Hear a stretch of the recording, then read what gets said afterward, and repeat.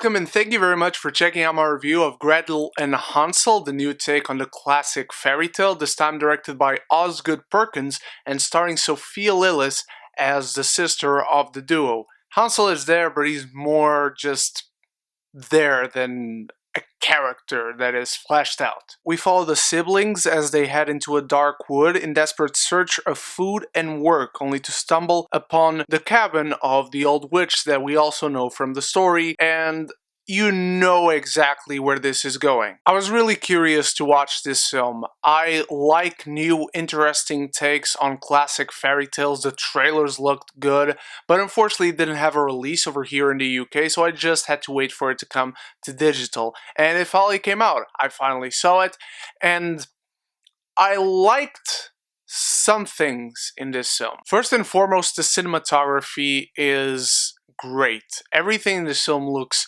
amazing, especially at night. It's mostly just black, or at least very, very dark, but there's always these warm, burning oranges and these cold, soft blues surrounding the edges of the frame, having us look into the characters in the more intimate moments. So the visuals of this film are spectacular, as well as the production design. Mostly it feels and it looks like it was shot on location. Of course I might be wrong, and of course the house is most likely a set, but the forest landscapes and the outsides mostly feel like they were actually shot in a forest area. And everything on the visual side comes together in this film to create not only beautiful visuals, but also very unsettling and frightening scenes, very sinister scenes. There are many unsettling moments in this film that I felt chills while watching it. So the film also creates a very good atmosphere of uncertainty and uneasiness throughout that I really enjoyed as well, which is also helped by the score, which is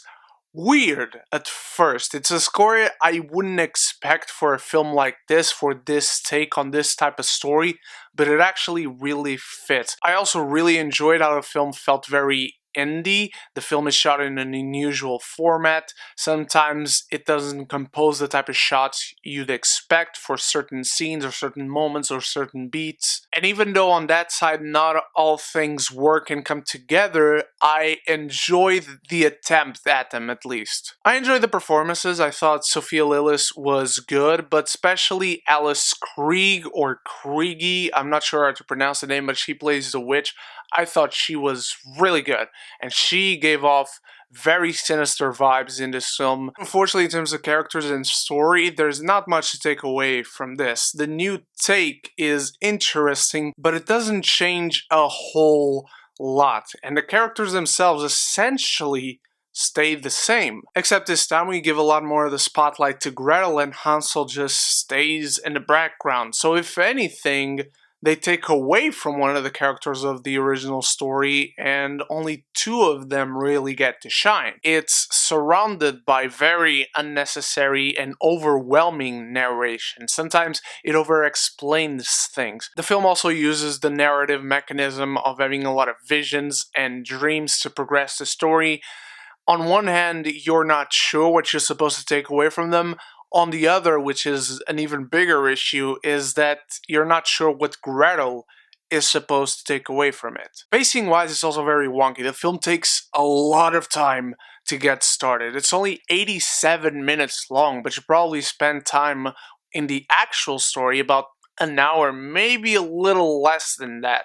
But then when it comes to resolving everything around the story, it feels too sudden and too quick. It feels very unsatisfactory. It feels like you have this long build-up that you kind of are invested in, but once everything pays off, it's not that big of a payoff. Imagine you have a game that you really like and you complete the story, but there's more add-ons on a DLC. A DLC that, despite DLCs being problematic within themselves, you want to buy that DLC. And then you buy it and it feels like you regret buying that DLC. That's what the payoff for this film feels like. It feels like too little for a lot that we build up upon. I can see a lot of people enjoying this film, to be honest, and I could totally understand why. I thought it was fine, but I feel like there's at least something to take away from this when it comes to the craft itself behind it. I'm giving Gretel and Hansel a C. Now, what did you think of Gretel and Hansel, my beautiful geekies? Let me know in the comments below, and let me know what is your favorite take on this classic fairy tale. Thank you so much for watching. You are the best. I'll be back very soon with more reviews for you. I hope to see you there. Check out my reviews for the Clone Wars episodes or the episodes of my podcast, Geeks of the Round Table. All those are on my channel, and I hope to see you in the future. So until then, stay beautiful, stay geeky, and don't forget to subscribe and like the video because it really helps me and the channel out. But most importantly, above everything else, forever and always, love each other and love the movies.